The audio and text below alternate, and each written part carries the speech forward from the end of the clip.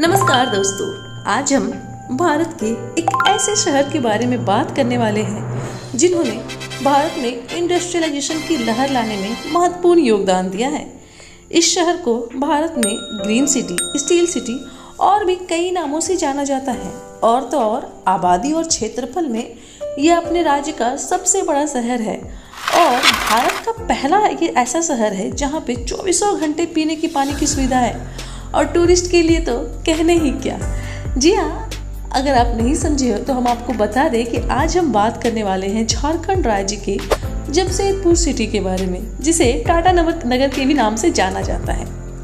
यूँ तो जमशेदपुर के बारे में बात करने के लिए काफ़ी सारी बातें हैं, लेकिन यहाँ पर सबसे जो मेन आकर्षण का पॉइंट है वो है यहाँ का टाटा स्टील प्लांट। जी हाँ, ये प्लांट ही है जिसकी वजह से इस शहर का नाम बदलकर टाटा नगर या फिर जमशेदपुर रख दिया गया था। अब इस नाम के रखने के पीछे की क्या कहानी है ये तो आप सभी को पता है कि ये जो शहर है इसका नाम पहले साक्षी था, जो कि एक छोटा सा गांव हुआ करता था। इतना बड़ा औद्योगिक शहर बिल्कुल भी नहीं था। और जब ये शहर था तो 1919 में लॉर्ड जेम्स फोर्ड ने इसका नाम बदलकर टाटा के संस्थापक जमशेद जी टाटा के नाम पर इसका नाम रख दिया और देखते ही देखते एक पूरा गांव शहर में बदल गया। तो क्या आपको ऐसा कभी जानने के मन में इच्छा नहीं होती कि आखिर जमशेद जी टाटा, जिन्हें भारतीय उद्योग के जनक के रूप में जाना जाता है, जिनका जन्म 3 मार्च 1839 को गुजरात में हुआ था, तो फिर वो गुजरात से झारखंड कैसे आ गए अपना प्लांट लगाने के लिए? वो इस्पात का कारखाना कहीं और भी तो लगा सकते थे। आखिर ऐसा क्या वजह था जिसकी वजह से उन्होंने साक्षी में आकर अपना इस्पात का कारखाना लगाया?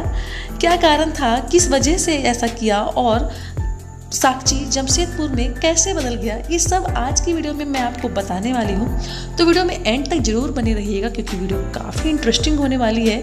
और हाँ, वीडियो पूरा देखने के बाद अगर आपको मेरी वीडियो अच्छी लगेगी तो वीडियो को एक लाइक जरूर दे दीजिएगा, अपने फ्रेंड और फैमिली के साथ शेयर जरूर कर दीजिएगा, क्योंकि ये सवाल काफ़ी लोगों के मन में आता है कि जमशेद जी ने जमशेदपुर में ही अपना स्टील प्लांट क्यों लगाया, बाकी जगहों पे क्यों नहीं।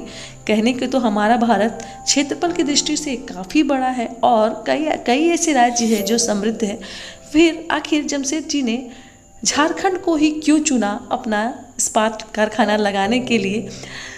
तो ये सवाल जितने भी लोगों के मन में आता है उन सब लोगों के लिए आज का ये वीडियो काफ़ी हेल्पफुल होने वाला है। तो दबा के शेयर कीजिएगा आज की वीडियो को, क्योंकि हो सकता है किसी के दिमाग की क्यूरियोसिटी को मेरा वीडियो शांत कर सके।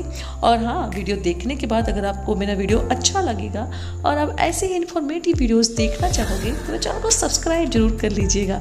तो चलिए बढ़ते हैं अपने वीडियो में। तो हम आपको बताएंगे कि इसकी शुरुआत कहाँ से हुई थी।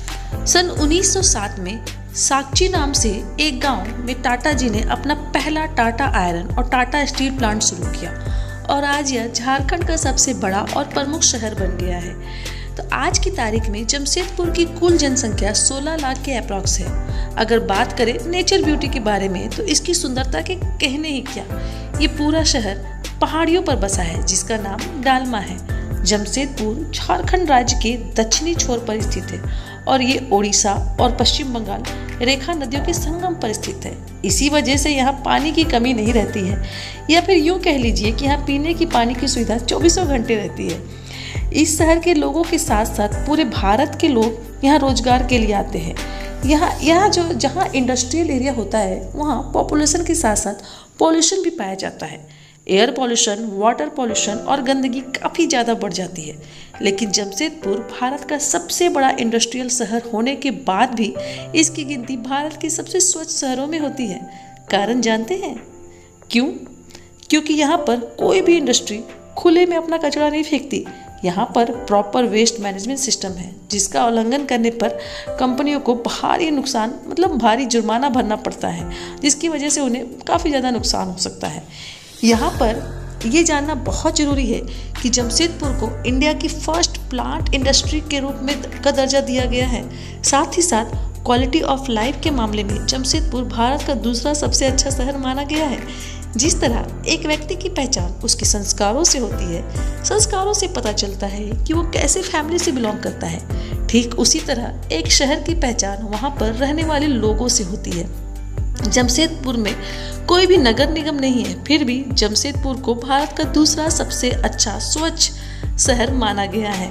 भारत में सबसे स्वच्छ शहरों में केंद्र सरकार के स्वच्छता सर्वेक्षण के दौरान जमशेदपुर ने अपनी जगह बनाई और यहाँ पर रह रहे लोगों के सहयोग की वजह से ही ये संभव हो पाया।